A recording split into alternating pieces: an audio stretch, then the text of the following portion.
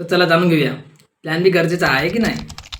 का प्लॅन बी आपल्याला प्रिपरेशन करताना या नवीन नवीन गोष्टी काही आपल्या आयुष्यात करताना प्लॅन बीची गरज असते का नाही. मतलब आपण कोणती बी नवीन गोष्ट चालू केली का ते आपल्याला प्लॅन बीची गरज आहे की नाही हे बी जाणून घेणं गरजेचे आहे. कोणती आपल्याला कसं पुढे जाऊन ती गोष्ट साध्य नाही झाली का पूर्ण नाही झाली का आपल्याला त्या गोष्टी मग पुढचा पश्चाताप पुढची पुढं आपल्याला काही त्याबद्दल वाईट आपल्या ती परिस्थिती हँडल करता आली पाहिजे. त्यासाठी प्लॅन बीची गरज खूप आहे.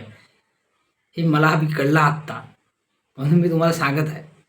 तर चला तर खरंच प्लॅन बीची गरज आहे की नाही पहिले जाणून घेऊया. जर तुम्ही आता आता बघा तुम्ही कोणती नवीन गोष्ट चालू केली आणि ते गोष्ट तुम्हाला काही काळ झाल्यानंतर काही वेळ झाल्यानंतर तुम्हाला त्या गोष्ट नाही मिळाली. मतलब तुम्ही समजून घ्या MPSCची तयारी केली आणि MPSCची तयारी केल्यानंतर तुम्हाला 2-3 अटेम्प्ट दिल्यानंतर तुमच्या ग्रॅज्युएशनच्या नंतर काही खूप सारे परत परीक्षेची तयारी करतात आणि ते तयारी केल्यानंतर तुम्हाला जर 2-3 वर्षानंतर 2-3 अटेम्प्ट झाल्यानंतर जर माहीत झालं काय म्हणजे हे परीक्षा निघणं खूप कठीण आहे आणि हे परीक्षा निघणं मला अवघड वाटत आहे की माझ्या नाहीच होत. तेव्हा मग तुम्ही का पाहता तुम्ही काहीतरी नवीन करायचं पाहता आणि तेव्हा तुम्हाला अचानक नवीन करणे मतलब तुम्हाला खूप जड जाते. तर त्यासाठी तुम्हाला नाही का पहिलेच नाही का तुम्ही जर चालू करताना जर प्लॅन बीच्या तयारीत लागले असते तर तुम्हाला ते खूप महत्त्वाचं आणि गरजेचं आणि खूप फायदेशीर ठरत असतं.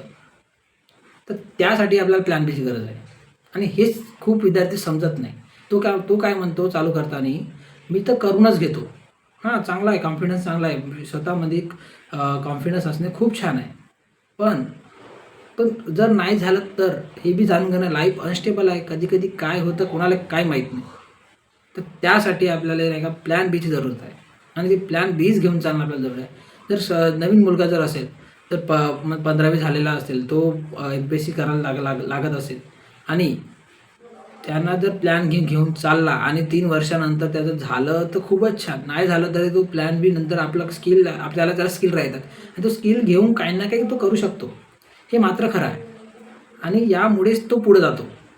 आणि एक विद्यार्थी आहे तो फक्त अभ्यास करतो, फक्त अभ्यास करतो मतलब ते त्याबद्दलच अभ्यास करतो आणि तो दुसरा प्लॅन बिलकुल लक्ष देत नसतो. जसं माझ्यासारखा मी केलाच नाही. तर मी फक्त अभ्यासकडे लक्ष म्हणजे शेवटी 1 मार्काने राहिलो. तो काय करतो काही पॉईंट मार्काने या काही मार्काने राहिला त्याच्यापाशी प्लॅन बीचा ऑप्शन नसतं. तो नवीन गोष्टी त्याला शिकणं म्हणजे पुरा झिरोपासून शिकायला लागतं. त्यासाठी त्याला खूप अडचण जातं. मग कसं आपल्या घरची जर परिस्थिती चांगली असेल ठीक आहे. नाहीतर काय होतं घरून प्रेशर येतं की घरी तू बापू काही ना काही कर. मग तू काय करतो नाईलाजाने कुठेतरी नोकरी करतो, कुठेतरी काही ना काही करायला लागतो. त्यामुळे तसं नाही करावं लागावं म्हणून आपण थोडं प्लॅन बीकडे लक्ष दिलं पाहिजे. हेच ते प्लॅन बी असण्याचं कारण आहे. चला थँक्यू.